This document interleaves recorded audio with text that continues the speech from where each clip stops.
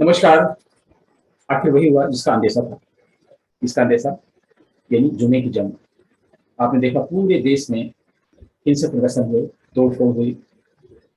जहाँ कहीं संभव हुआ, मौका मिला, बसों को आग लगा दी गई, सार्वजनिक संपत्ति को क्षति पहुँचाई गई, यहाँ तक कि मंदिरों पर हमले किए गए, भाजपा कार्यालयों को भी जला दिया गया।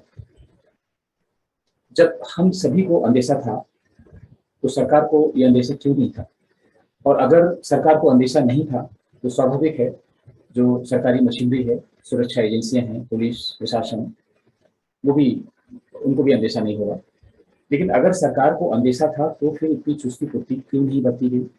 और अगर सारे सतर्कता बरतने के बाद भी ये हो गया, तो फिर क्या ये समझा जाए कि सरकार इस तरह के मामलों को हैंडल करने के लिए सक्षम नहीं है?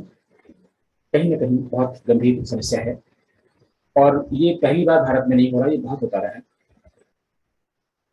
इसके सबके तार ज्ञानवापी से जुड़े हैं और उस बीच में मोहन भागवत का बयान आ जाता है। उन्होंने भी अपने बहुत अच्छे विचार रखे, अगर हम दूसरे पक्ष के दृष्टिकोण से देखें। और इसके बाद टीवी डिबेट में नूपुर शर्मा जो भाजपा के राष्ट्रीय प्रवक्ता हैं, उनसे ऐसा कुछ निकल जाता है जो डॉक्यूमेंटेड है, किताबों में लिखा हुआ है, लेकिन फिर भी उनकी भाव-भंगिमा, उनका तैश, उनकी उत्तर देने का तरीका, जो भी है गलत समझा गया हो, पता नहीं क्या गलत समझा गया है। और उसको न केवल देश में उसका विरोध किया गया और हम लोगों के यहाँ भारत में तो कम से कम कई ऐसी पार्टियां हैं, कई ऐसे संगठन हैं, मुस्लिम संगठन भी हैं, जो इन सब कामों के लिए तैयार रहते हैं। इमीडिएटली टूल किट बन गई और सारे देशों में काम किए गए और अंतर्राष्ट्रीय इशू बन गया। और फिर कतर ने जब इस मामले को उठाया, छोटा सा देश, उसके कहने से भारत सरकार ने यानी प्रधानमंत्री नरेंद्र मोदी ने अपनी प्रवक्ता को तो पार्टी से निकाल ही दिया और उनको कंफर्म कर दिया कि हाँ, हमने एक्शन ले लिया है। और राष्ट्रीय सुरक्षा सलाहकार ईरान में कह के आ गए कि नहीं, हम बहुत सख्त कार्रवाई करेंगे और उसमें ऐसी कोई चीज होती जो जिस देश ने पूछा सबको ऐसा कहा गया। ये भी तुष्टिकरण है और इस बात से भी संदेश मिलते हैं कि सरकार कितना घबराती है इस तरह के धार्मिक मामलों से। ये टेस्ट केस होते हैं सरकार के लिए भी। खैर, सरकार ने व्यापक राष्ट्रीय हित में अगर ये फैसला लिया है और ऐसा किया है, तो किसी को इसमें कोई ऐतराज नहीं। जो इस्लामिक राष्ट्र हैं वो संतुष्ट हो गए प्रधानमंत्री की बात से, भारत सरकार की बात से, लेकिन भारत में रहने वाले मुसलमान संतुष्ट नहीं हुए। उनका मकसद क्या है? वो वही चाहते हैं कि उनको तुरंत सजा दी जाए, गिरफ्तार किया जाए, जबान काट दी जाए, फांसी पे लटका दिया जाए, यानी शरिया कानून। एक लोकतांत्रिक धर्मनिरपेक्ष राष्ट्र में ये सब कैसे हो सकता है?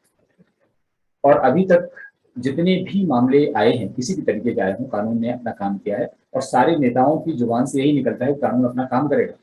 उनके विरुद्ध ये साजिश चल रही है और ये भी स्वाभाविक था, इसमें कुछ भी अनयूजुअल नहीं था।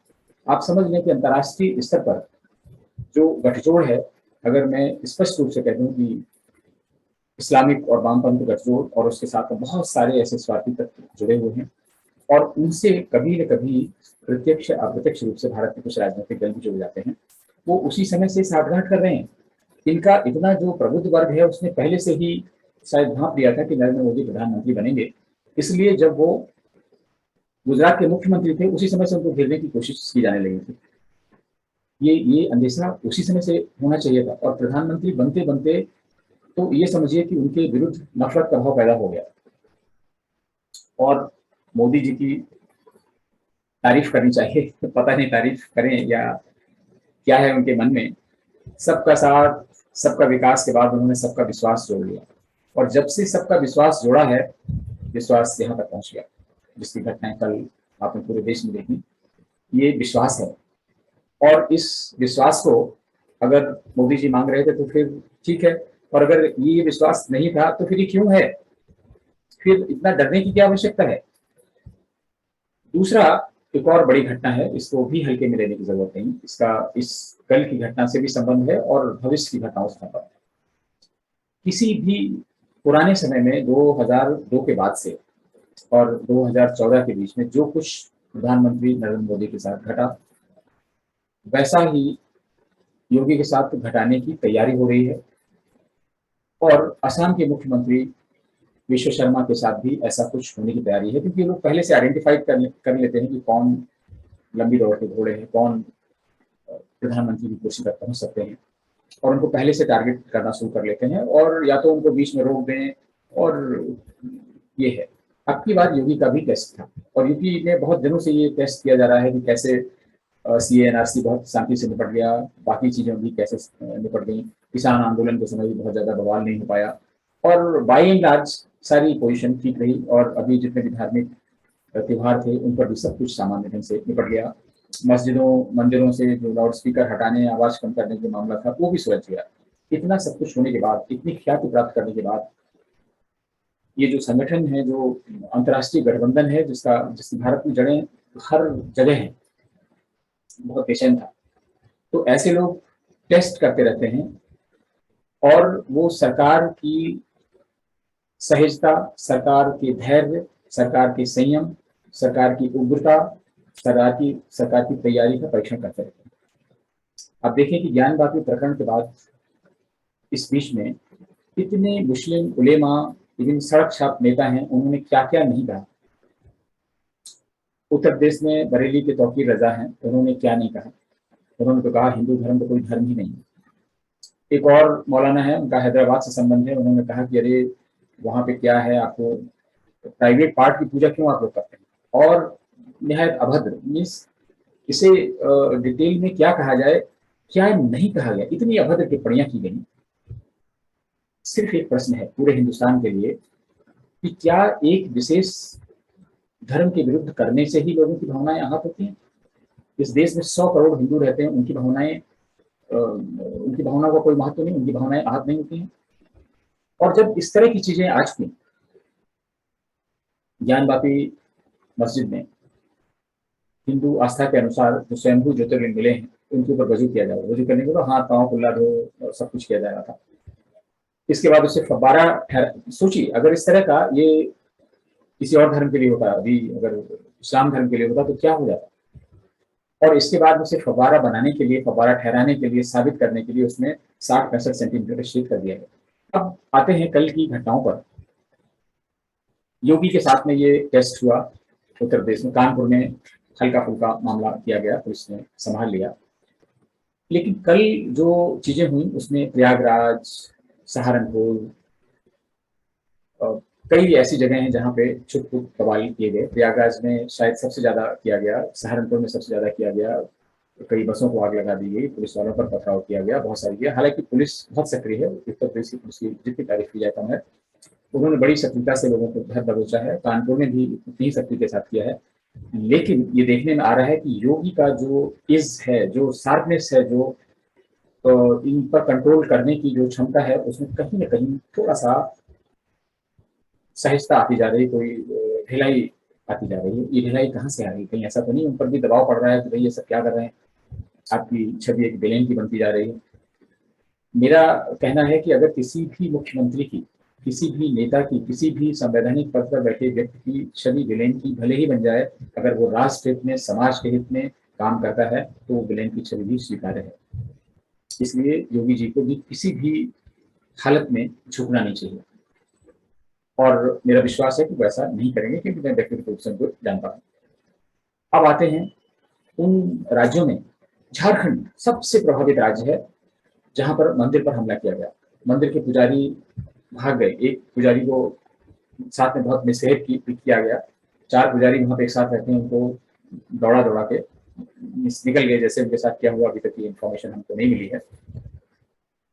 और पुलिस वालों पर पत्थर फेंके गए, और गैर कानूनी हथियार चलाए गए, बम फोड़े गए, तलवारें निकाली गई। ये अब आम डिस्कशन की बात नहीं रह गई है कि ऐसे प्रदर्शन में तलवारें, बम, भाले, पत्थर कहाँ से आ जाते हैं, और बिना तैयारी के नहीं हो सकता है, और जो तैयारी होती है उसके लिए पैसा चाहिए होता है।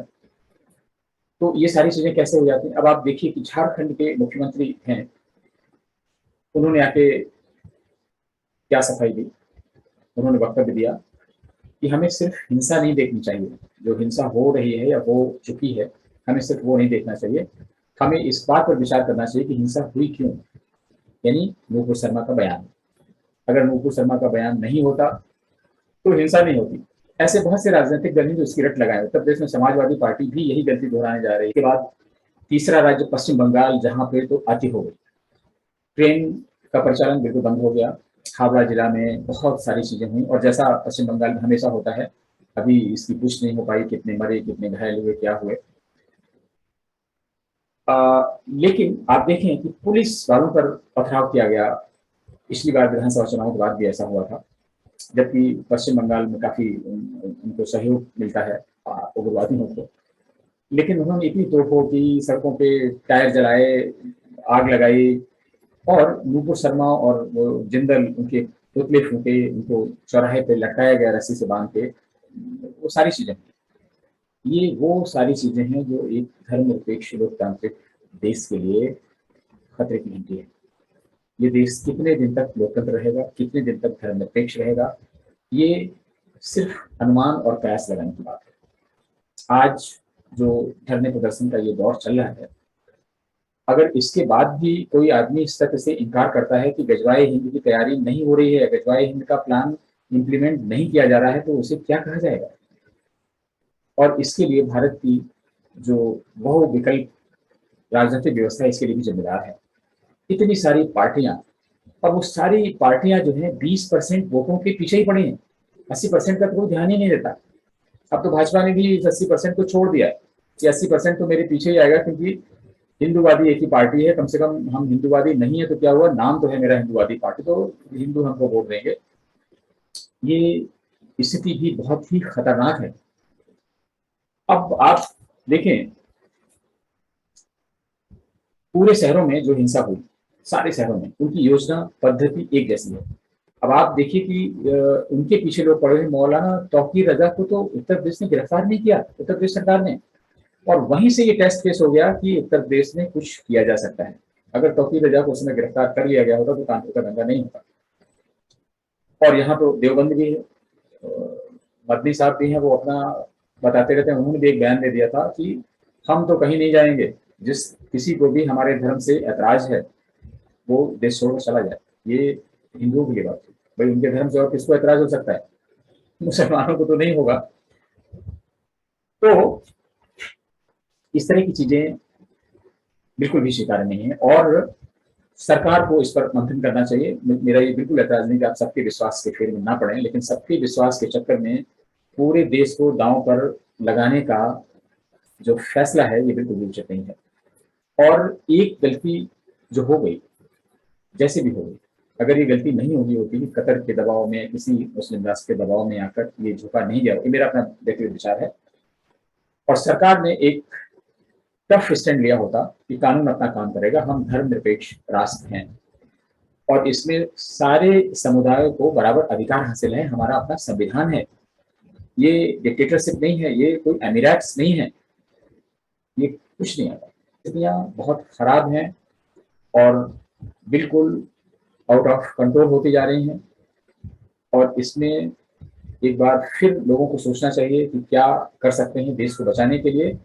और आज खासतौर से हिंदू वर्ग में जो प्रतिक्रिया नहीं होती, प्रतिक्रिया नहीं करनी चाहिए। शांति समुदाय एक्चुअली है, शांति दूत किसी और को कहा जाता है, लेकिन यही शांति दूत हैं, ये किसी से कोई मतलब नहीं रखते हैं, कोई रिएक्शन नहीं देते हैं।